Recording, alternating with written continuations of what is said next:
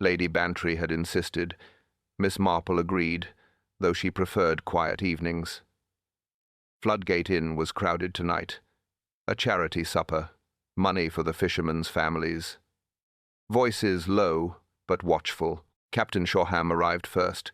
He took the head of the table, his chair chosen, not offered. He looked around with authority, sharp eyes, measuring everyone. His wife entered after him, Celia Shoreham. Young, much younger than her husband. Her face pale, hands restless in her lap.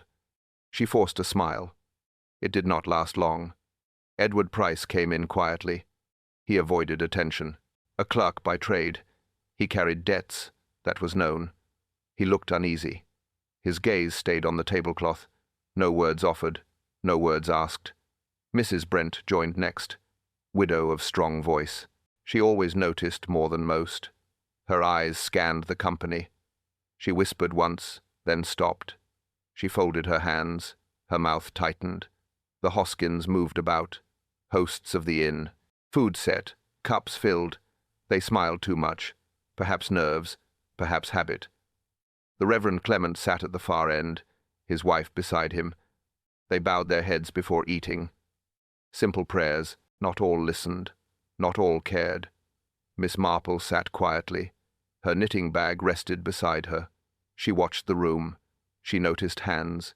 She noticed glances. She noticed silences. Small things always spoke. Tonight they spoke loudly. The meal began. Fish, pie, bread, stew, plain food. Nobody praised it. Nobody complained. Forks clicked. Chairs shifted. No one at ease. Captain Shoreham broke the silence. He asked about weather. About tides. He corrected anyone who answered wrong. He knew tides better than anyone. He made sure they all knew it. Celia looked down, her spoon untouched, her lips pressed tight. Once, she tried to speak. Her husband stopped her with a glance. She lowered her eyes again. Edward Price shifted in his seat. He cleared his throat, then stopped. His hand trembled. As he reached for water, he spilled a drop. He muttered an apology. Nobody answered. Mrs. Brent raised her eyebrows. She tapped her finger against the table. She leaned closer to Lady Bantry. A whisper, too low to catch. Lady Bantry frowned. She turned away. Miss Marple noted all this. Tension sat heavier than the food, but no one named it. No one dared. She folded her hands in her lap. She waited. She knew something always revealed itself. Captain Shoreham cleared his throat again. He looked at his watch. He tapped the glass. He raised his voice. "At 10, he said, "the tide is highest. Remember it." Silence again. No response. Only glances. Only unease. Miss Marple's eyes narrowed. She saw fear in Celia. She saw guilt in Edward. She saw satisfaction in Mrs. Brent. Different truths in different faces. The captain looked around the table. He tapped his watch again. "At 10, the tide is highest. Mark it." The words settled over the table. No one spoke. The meal carried on, but slowly. Every eye avoided his. Miss Marple kept still. Her thoughts turned inward. Storms outside never troubled her. It was storms inside that mattered more. The captain's warning stayed sharp in her mind. A hush spread at the table. Someone pointed toward the window. A faint glow flickered outside. Not from the inn. Farther. At the pier's end. "A lantern," Mrs. Brent whispered. Her voice quick, sharp. All eyes turned. The glass panes shook with the wind, but the light stayed steady. One clear flame. Captain Shoreham stiffened. His chair scraped back. He stood tall, rigid. "That light should not be there," he said. His tone carried no doubt. He buttoned his coat. Celia gasped. Her hand clutched his sleeve. "Daniel, please stay here." Her face pale. Her lips trembled. "You must not go." He shook her hand away, his jaw set firm. "It must be checked," he said. "Men of the sea do not ignore danger." He reached for his hat. He pulled it low. Edward Price shifted uneasily. He spoke, but too soft. Words lost in the room. He cleared his throat, then said nothing more. His eyes dropped again. Mrs. Brent leaned forward. "Best let the constable look," she said, her voice sharp as ever. Her eyes followed the captain, almost eager, almost expectant. The Reverend murmured caution. "The tide is strong tonight." His wife touched his arm. He fell silent again. His gaze moved to Celia. She looked close to fainting. The Hoskins stood by the door. "Mr. Hoskins muttered, "Strange business." Mrs. Hoskins crossed herself. They did not move forward. No offer to follow. No offer to help. Lady Bantry whispered to Miss Marple, surely he should not go. Marple's face calm, unreadable. She did not answer. Her eyes stayed on the lantern's glow. Her fingers pressed together lightly. The captain reached the door. He paused. 10 o'clock is near, he said. "Remember it." No one replied. No one moved to stop him. Celia rose suddenly. "Please, Daniel, listen to me." Her cry desperate, breaking. Her hand stretched toward him, but he did not turn. The door opened wide. Cold air rushed in. He stepped into the night, boots heavy on the stone, his back straight, his pace firm. The door shut behind him. The sound echoed in the silence. The table sat frozen. Eyes stared at one another. Edward's hands shook. Mrs. Brent pursed her lips. The Reverend lowered his head again. Celia pressed her face into her hands. Lady Bantry whispered, "He is too proud." Miss Marple said nothing. Her gaze drifted to the window again. The lantern still glowed. It did not move. It did not fade. Minutes dragged. No sound returned. Only the steady light. Only fear in the room. Every glance toward the window. Every face tight with strain. Miss Marple leaned closer to the frame. Her fingers brushed the sill. Her nose caught a scent. Tar. Fresh, sharp tar. Not from the inn. Marple touched the latch again. The tar was still wet. One chair stayed empty. The table felt uneven. Every fork stilled. Every hand paused. Mrs. Shoham trembled. Her eyes fixed on the door. Her lips moved soundlessly. Her chest rose in shallow breaths. She tried to steady herself. She could not. Edward Price shifted suddenly. He scraped his chair back. He muttered something low. He slipped from the room. His step hurried. His return slow. He sat again, silent, eyes lowered. Mrs. Brent noticed. Her mouth curved thin. She muttered about debts, her voice cut sharp. "Always trouble when money presses," she said. Lady Bantry frowned at her, but no reply came. The Reverend bowed his head. He whispered a prayer. His wife pressed his hand. Both sat in quiet. Neither lifted their eyes. The Hoskins kept still. Mr. Hoskins cleared his throat. He reached for a jug. He set it down again. No one asked for water. No one asked for food. The lantern outside still burned. Its glow firm. Its place unmoved. It gave no answer. It gave no comfort. It marked only absence. Celia Shoreham pressed her hand to her face. Her shoulders shook. She tried to speak. No words came. Her fingers clenched at her napkin. Tears threatened, but she fought them. Miss Marple watched in silence. Her eyes passed from one to another. She noted hands. She noted glances. She noted stillness. Every face carried weight. Every silence carried more. Lady Bantry shifted beside her. She leaned closer.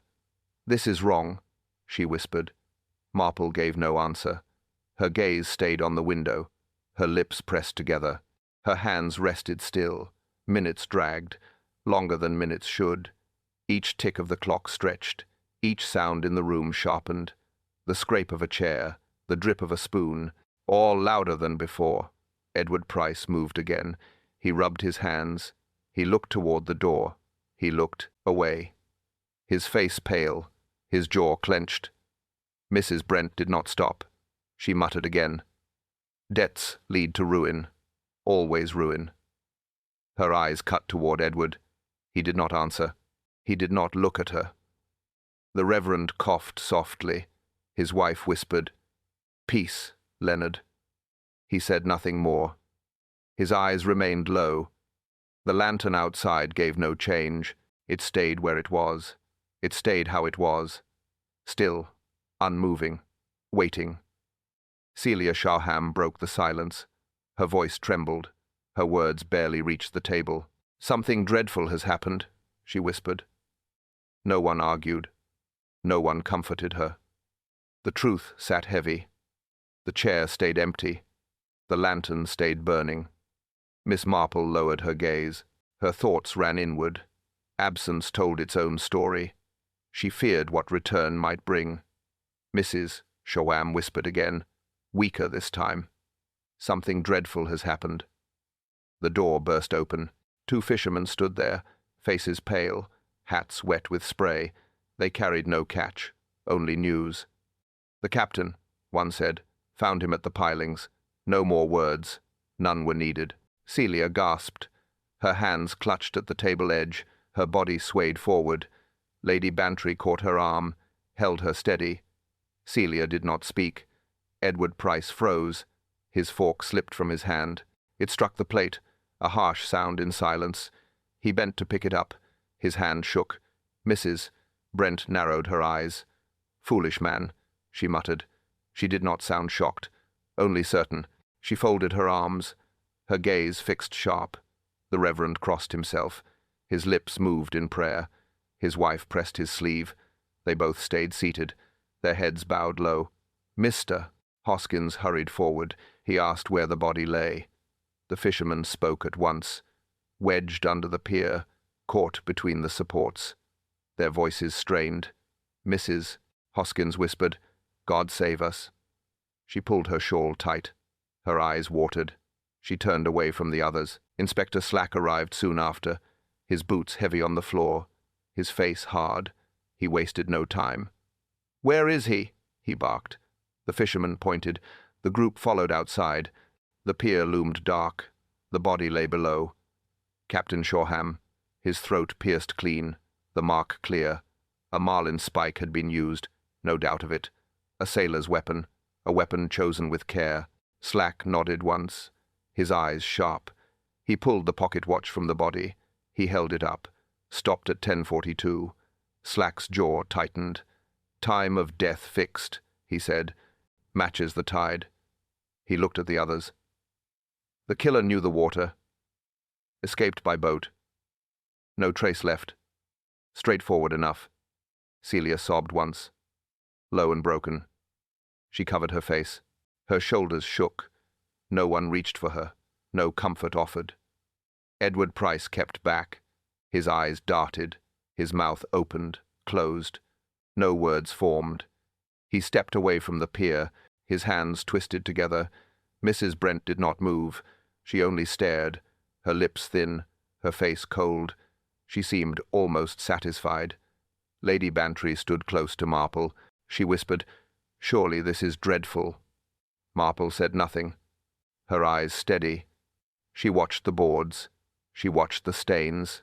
Slack gave orders. "Secure the pier. Search the shoreline. Check the boats." His men obeyed. The crowd dispersed. Miss Marple stayed behind.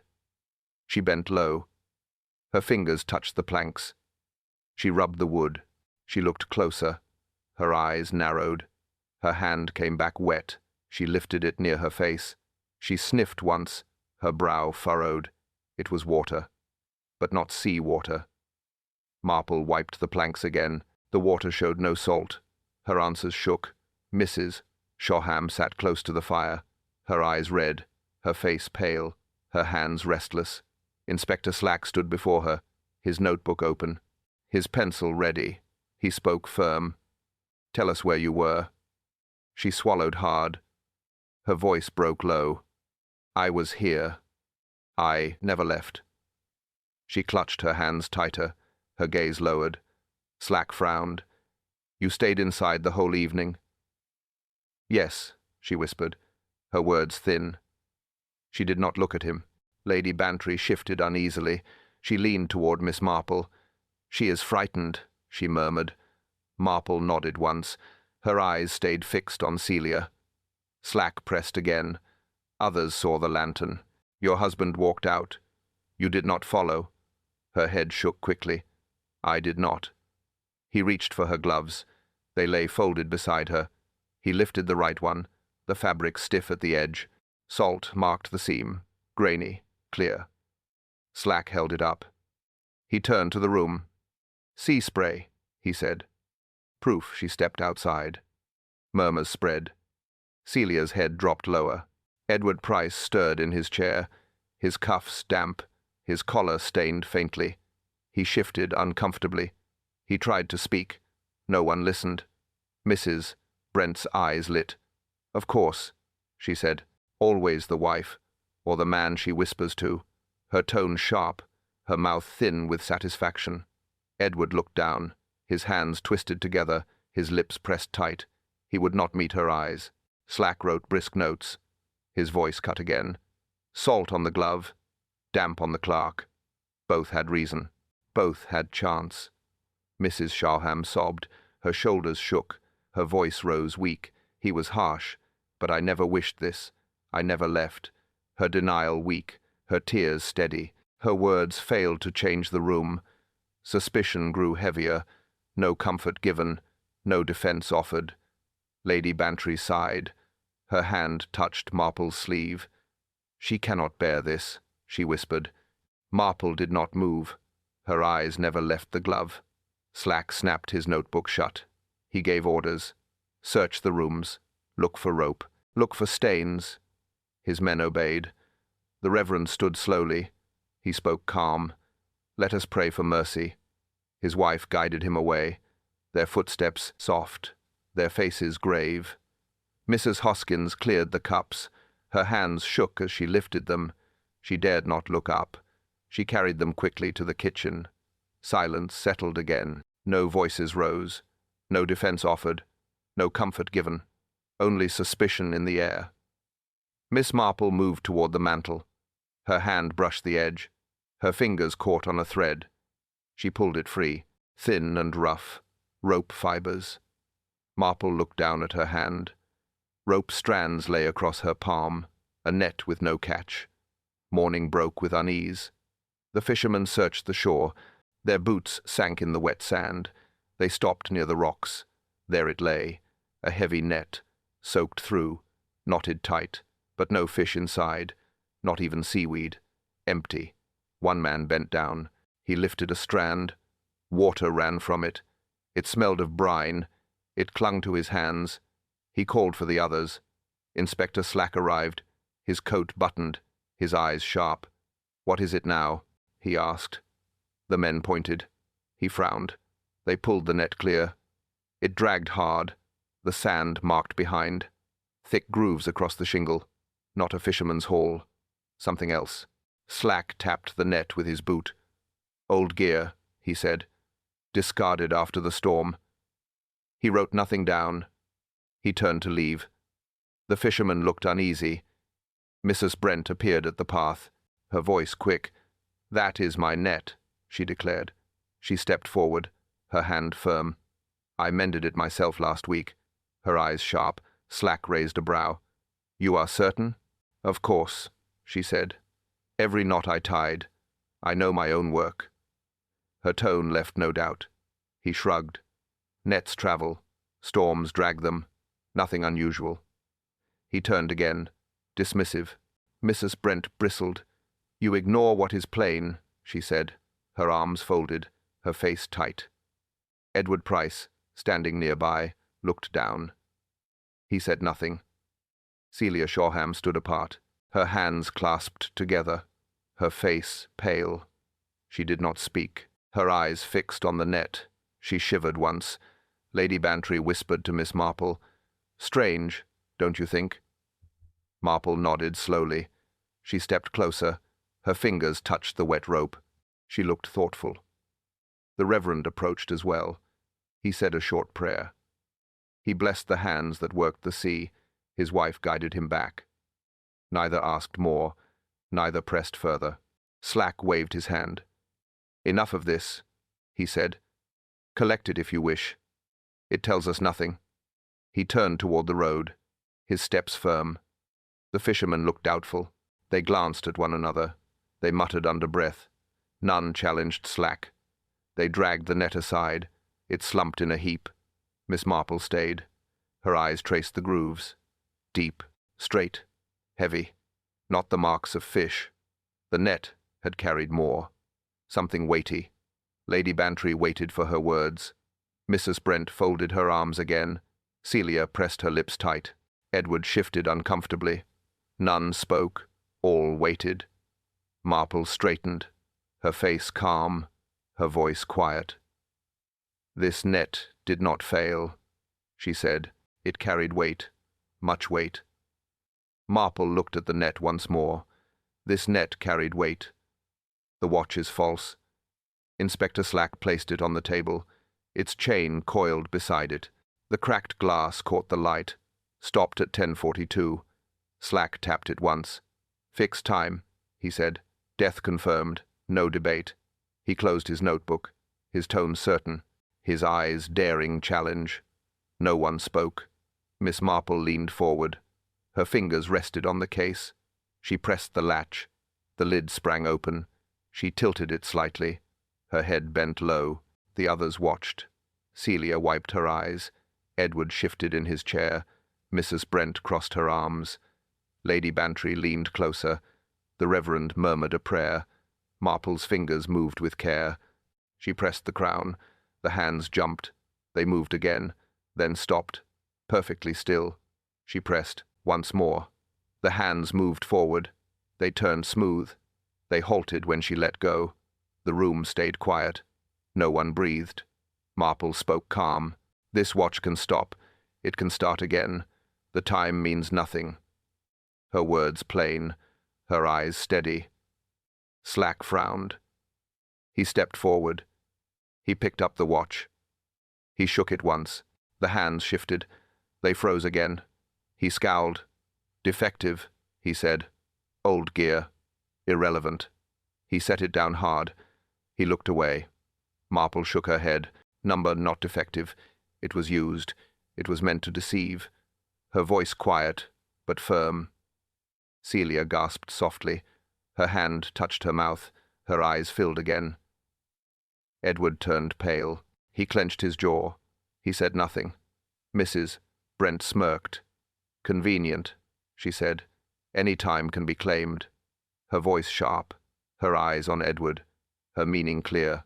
Edward lowered his head. His cuff damp still. His lips pressed tight. He avoided her gaze. He avoided everyone. His silence grew louder. Slack rubbed his chin. He looked unsettled, his certainty slipping. "Without time," he muttered. "We have no frame, no solid alibi." Lady Bantry leaned toward Marple, her whisper soft. "You always see more. Do you think—" Marple raised her hand. The whisper stopped. Marple closed the watch. She set it down. Her eyes moved to each face. She saw guilt. She saw fear. She saw calculation. She folded her hands, her voice calm. 10:42 was chosen. It was not truth. It was set. The watch was set to mislead. Marple's words echoed. The watch was set to mislead. Keys tell the story. Inspector Slack pushed the office door. The hinges creaked. The smell of oil and wood filled the room. Papers stacked on the desk. Charts pinned to the wall. Miss Marple stepped inside. Her eyes moved slowly. Every corner mattered. Every small sign counted. She said nothing. She only watched. Godfrey, the Harbour Master, stood firm, his hands behind his back. His cap tilted forward, his voice steady. "No one touched this office last night. I locked it myself." Slack pointed to the hooks.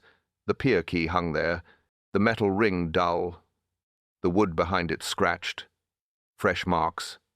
Not old. "What about that?" Slack asked. He tapped the board. Godfrey's brow furrowed. He shook his head. "Not my doing. It was clean yesterday." Marple bent low. Her eyes scanned the sill. Sawdust scattered. A small pile gathered at the edge, newly cut. Not from the storm. She touched it lightly. The grains clung to her finger.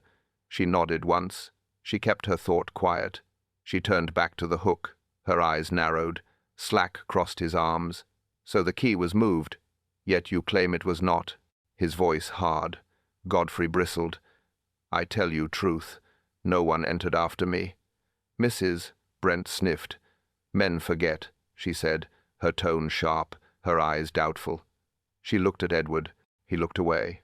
Edward shifted on his feet, his collar damp still. He tugged at it. He avoided eyes. He did not speak. He stayed silent. Celia Shoreham stood near the door, her hands clenched tight, her eyes wide. She looked at the key, then at the floor, her lips pressed shut. Lady Bantry leaned close to Marple. Strange marks, she whispered. Marple nodded faintly, her gaze steady, her lips unmoving. She did not reply. Slack turned to the window. The sill damp. The paint streaked. A pair of binoculars rested there. The glass fogged. The leather strap twisted. He lifted them once. He wiped the lens. They smeared still. He set them down. He frowned. He looked back to Marple. Godfrey raised his hand. They were there all night, he said. No one touched them. His tone grew harsh. He folded his arms again. He glared at Slack.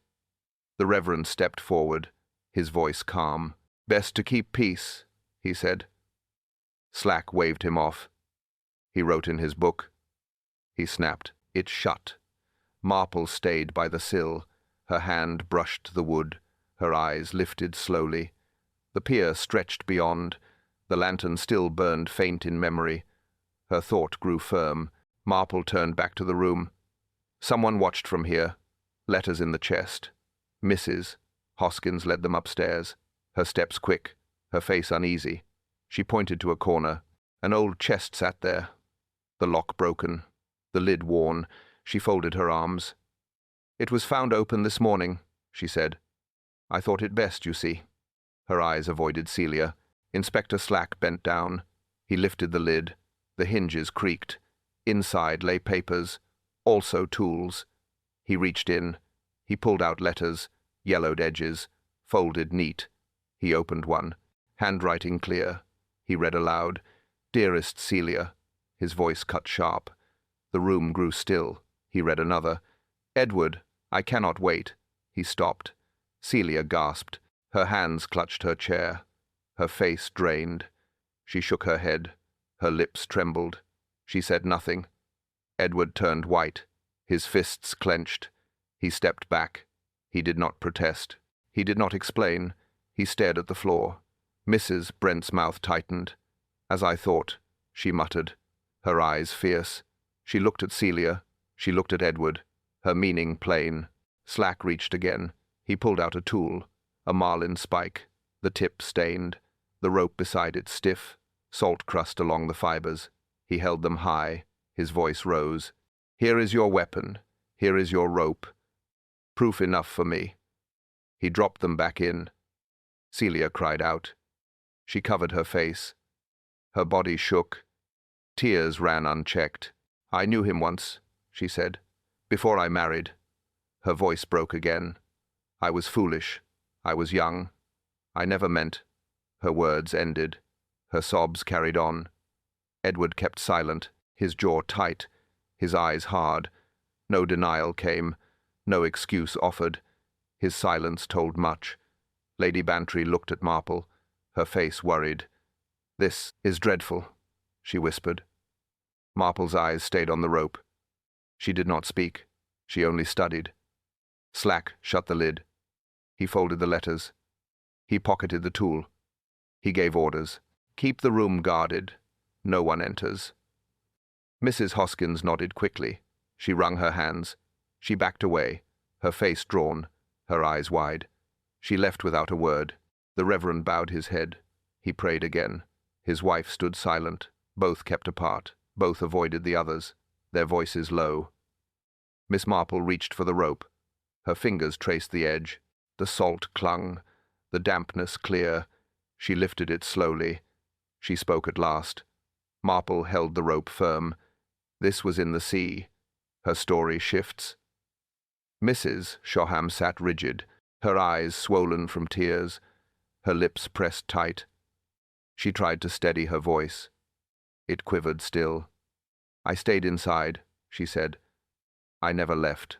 Not once." Her hands twisted in her lap. Her gaze fell to the floor. She would not look up.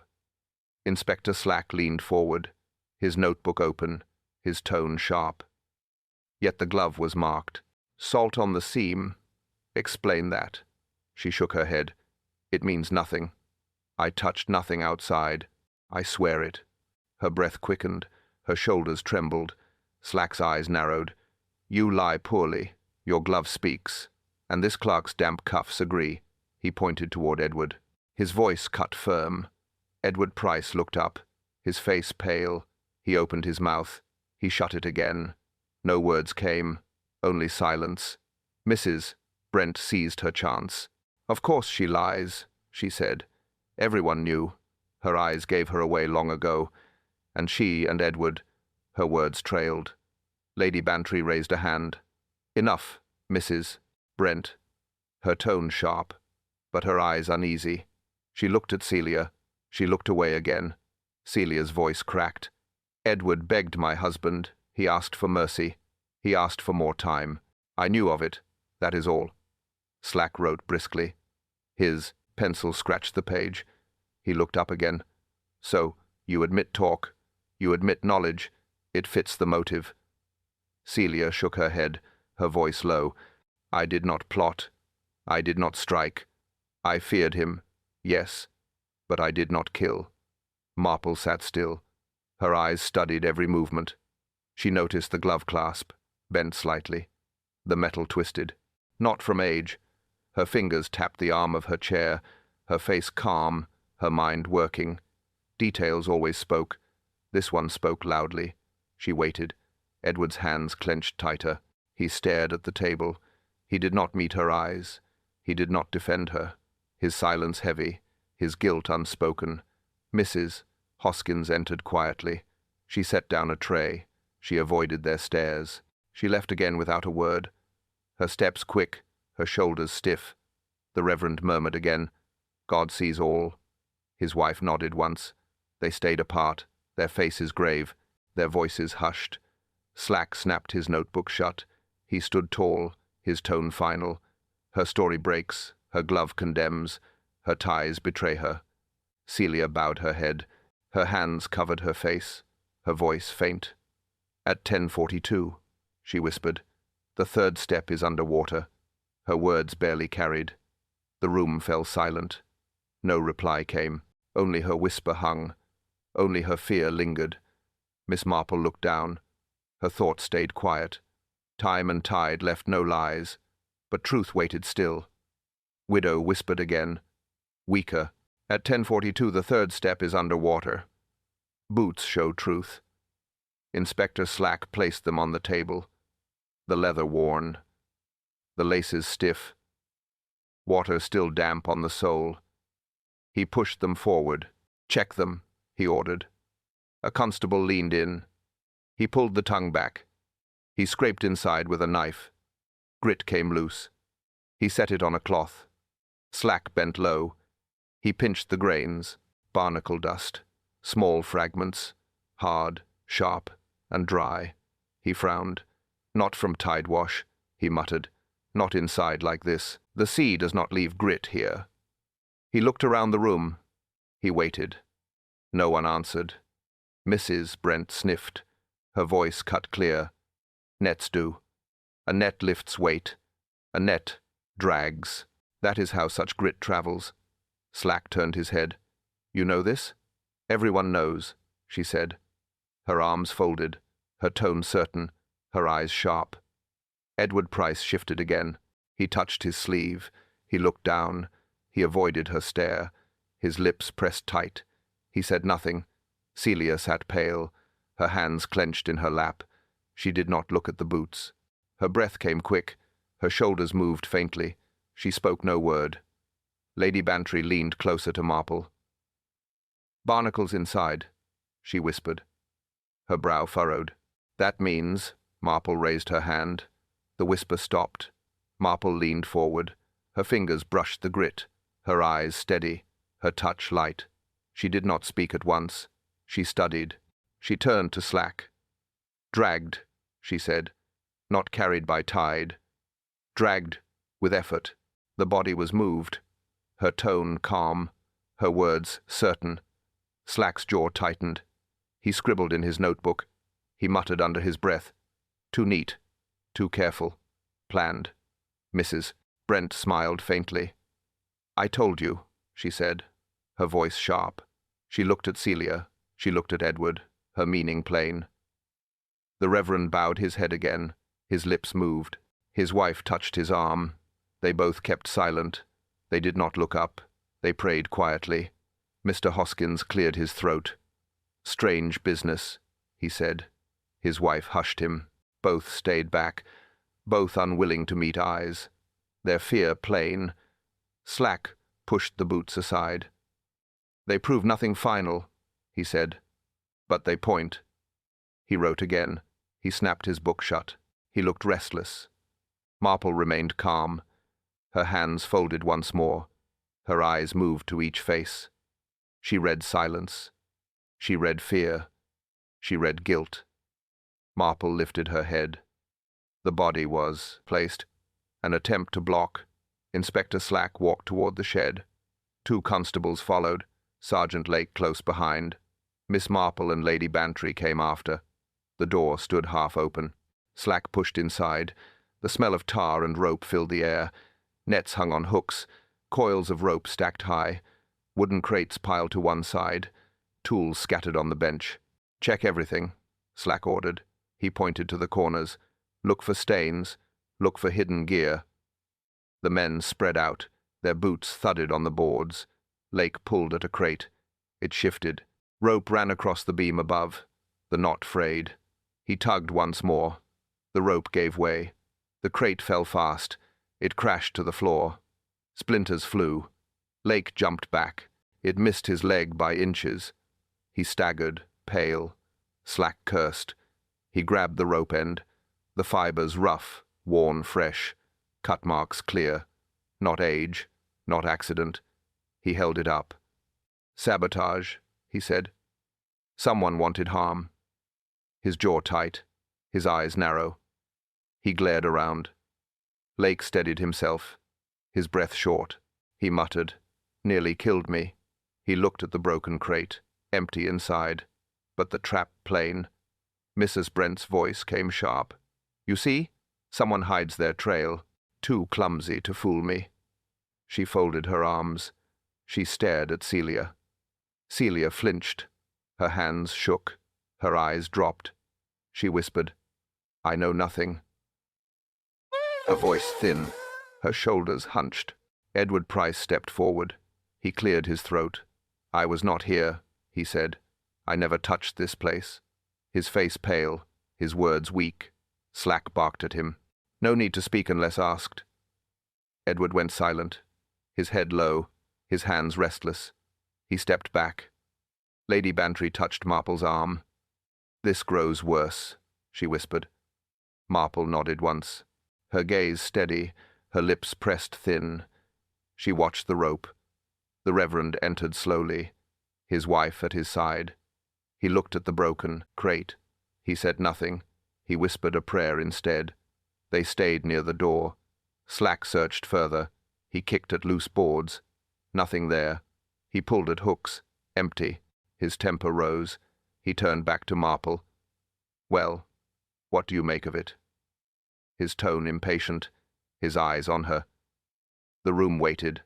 No one spoke. Marple stepped closer. Her hand touched the rope ends. She rubbed the fibers between her fingers. They snapped easily. Her eyes lowered, her thought clear. She spoke quiet.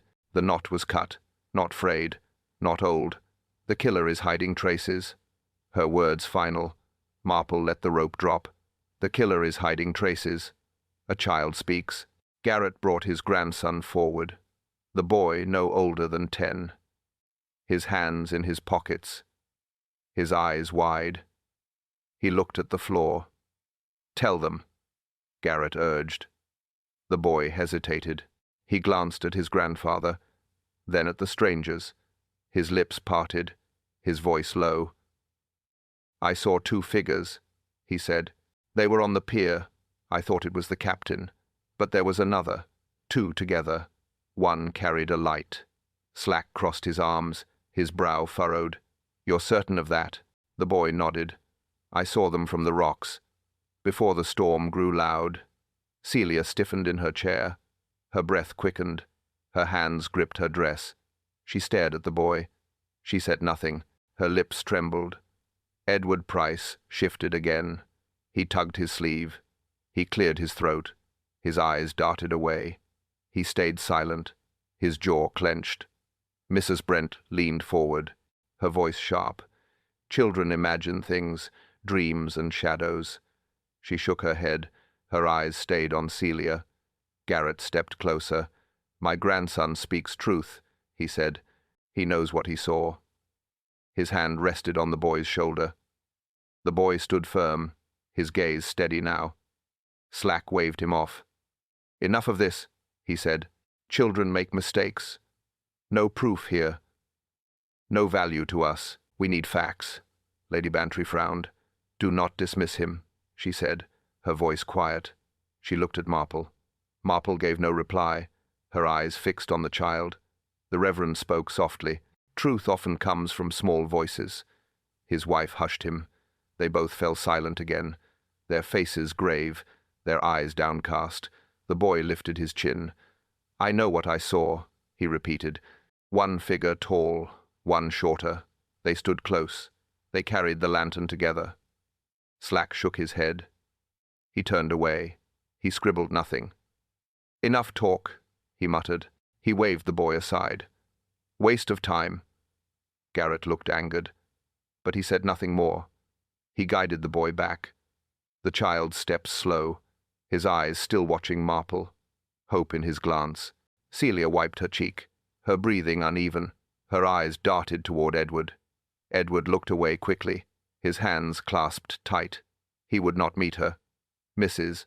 Brent smirked faintly, her arms folded. She whispered to herself, her gaze never soft, her words lost, her meaning plain. Marple remained still, her hands folded neatly. Her eyes followed the child.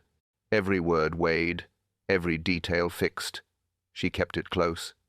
Marple spoke at last. The boy saw what mattered. A card arrives. The Morning Post was set on the table, letters stacked, a newspaper folded tight. One plain envelope sat apart. No return mark. Mrs. Hoskins picked it up. She looked at the writing. No name outside. No seal. She handed it to Inspector Slack. Her hands shook. Slack tore it open. He slid out a card. He read the words, "For the widow, too soon, or too late." The ink dark, the letters sharp. He held it up, his voice flat. "A prank. Cruel, but nothing more. We waste time here. Back to real clues." Celia gasped. Her hands clutched the chair, her face drained. She whispered, "Why me? Why send this?" Her eyes wide. Edward Price looked tense. His lips parted. He gave no answer. He glanced at Celia. He looked away quickly. His hand trembled. Mrs. Brent leaned forward, her eyes bright. "Someone mocks her, and I can guess who. Secrets always return. Always." Lady Bantry frowned. She turned to Marple. "What do you think?" she asked. Marple did not reply. Her hand reached for the card. Her eyes studied each line. The Reverend lifted his head. "Cruelty in written form," he said. His wife hushed him. They both bowed again. Their words stopped, their silence firm. Slack snorted. "Waste of ink. Some village fool." He tapped his notebook. Nothing useful. Nothing at all. Marple turned the card over. Her finger traced the edge. The cut neat, the fold precise. Not careless, not rushed. She studied the writing, her brow faint, each stroke even, each letter deliberate. her gaze thoughtful. She said nothing yet. Celia pressed her face into her hands. Her shoulders shook. She whispered again. "Why send this? What do they want?" Her voice cracked. Edward shifted again. He pressed his lips tight. He tugged at his cuff. He looked down. He avoided all eyes. His silence deep. "Mrs." Brent muttered under breath. "Truth writes its own warnings." Her tone harsh. Her face set. She folded her arms. She watched Celia closely. Lady Bantry leaned nearer. "This feels different," she whispered. Marple nodded once, her hand still on the card, her gaze fixed on the letters, her thought steady. Slack sighed. He waved a hand. "Enough with scraps. Let us move on. We chase shadows." His temper thin. Marple lifted her head, her voice calm. "This is no prank. This is placed. This is planned. This is part of the plan." Marple set the card down. "This is part of the plan. The test is made." Inspector Slack gathered the group at the pier. Constables stood ready. The fisherman brought nets. The winch creaked as it turned. The tide pulled below. Miss Marple stepped forward, her hand lifted. "Watch closely," she said, her voice steady, her eyes calm. The others waited. The net was lowered. The ropes ran tight. The winch groaned. The net sank into the water. The men pulled again. It rose slowly. The mesh dragged across the planks. Heavy, wet. Sand clung to it. Barnacle grit scattered loose. Marks scratched the boards. Marple pointed once. "Weight leaves grooves," she said. "Not tide, not chance. Deliberate." Her words firm. Slack frowned but stayed silent. The Reverend bowed his head. His wife watched in quiet. "Mrs." Brent smirked faintly. Edward shifted uneasily. Celia clutched her shawl. The net came up again. This time a crate inside. Rope held it fast. The winch strained. The crate dragged hard. The marks matched. Marple nodded. "Barnacles travel like this. Dragged in net, not carried by water." She touched the grit. Her hand steady. Slack muttered, "Possible." He scratched his book. He looked doubtful still, but his eyes followed Marple. He could not dismiss it. Not now. Marple lifted the glove. The clasp bent. She pulled it against the rope. It caught quick. She held it up. "Proof of struggle," she said. Celia looked down, her face pale, her lips tight. Edward clenched his fists. He would not look at her. He would not speak. Marple pointed at the rope burns. "See the fibers. Fresh cut. Not age. Not storm." This was staged. Silence spread. No one argued. No one spoke. Only the creak of the winch. Only the drag of the net. All else still. Lady Bantry whispered, "She sees all." Her voice low. Marple heard but gave no reply. Her eyes stayed on Celia, then on Edward. Both caught. Slack shifted his stance. He folded his arms. He looked at Celia. He looked at Edward.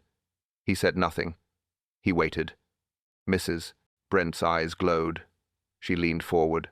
"I knew," she muttered, her words bitter, her face hard, her arms folded tight.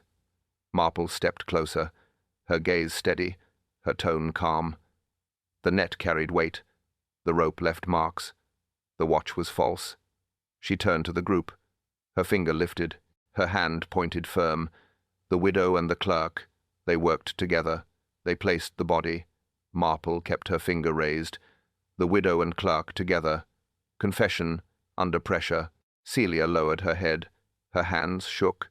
Her lips trembled. Her voice weak. "I was there," she said. Inspector Slack leaned forward. "Speak up," he ordered. She nodded slowly. "I followed him. I begged him. I tried to stop it." Her shoulders hunched. Her words faltered. "I saw Edward. He struck first. I did not stop him. I could not." Edward clenched his fists, his face pale. "That's a lie," he said. "She lured him. She planned it. She used me." His voice rose. "She gave the signal. She held the lantern. I struck because she told me. She betrayed us both. She wanted him gone. Celia cried out, her face buried in her hands. Her tears came heavy. Her voice broke again. I never wished it, but I wanted escape. Slack slammed his notebook shut. Enough, he barked. You both admit parts. You both are guilty. You will answer in court. No more lies here. He motioned to the constables. They stepped forward. Celia slumped in her chair. Edward shook his head. Neither resisted. Both led away. Mrs. Brent muttered low. I knew it, she said. Her arms folded, her lips thin. She watched them go, her eyes cold. Lady Bantry sighed. Her hand touched Marple's arm. So dreadful, she whispered, her eyes full of pity. Marple gave no reply. Her gaze stayed thoughtful. The Reverend prayed softly. His wife bowed her head. Their voices hushed. The sound faded. The room stilled again. Only heavy air remained. Slack straightened his coat. Case closed, he declared. He turned to leave, his steps heavy, his face grim, his tone final. But Marple stayed seated, her hands folded, her eyes distant. She spoke quiet. Not the case, not yet. Lady Bantry frowned. What do you mean? Marple answered slowly. Small things matter. Gloves, ropes, watches. Each told truth. She looked at the mantel. She looked at the window. She looked at the rope fibre. All fit together. No tide trick, only human trick. Her voice softened. The smallest clues guided us. Not the storm, not the pier, only careful eyes, only patience. She leaned back, her breath steady, her thoughts calm, her heart heavy. Sadness lingered. Truth always cost. The room emptied. Only Marple remained. She gathered her bag. She stood slowly, her steps quiet. She moved to her chair. On the table lay an envelope. Plain, unmarked. She opened it. Inside one line. For the widow, too soon, or too late. A second condolence card lay in her hand, unsigned.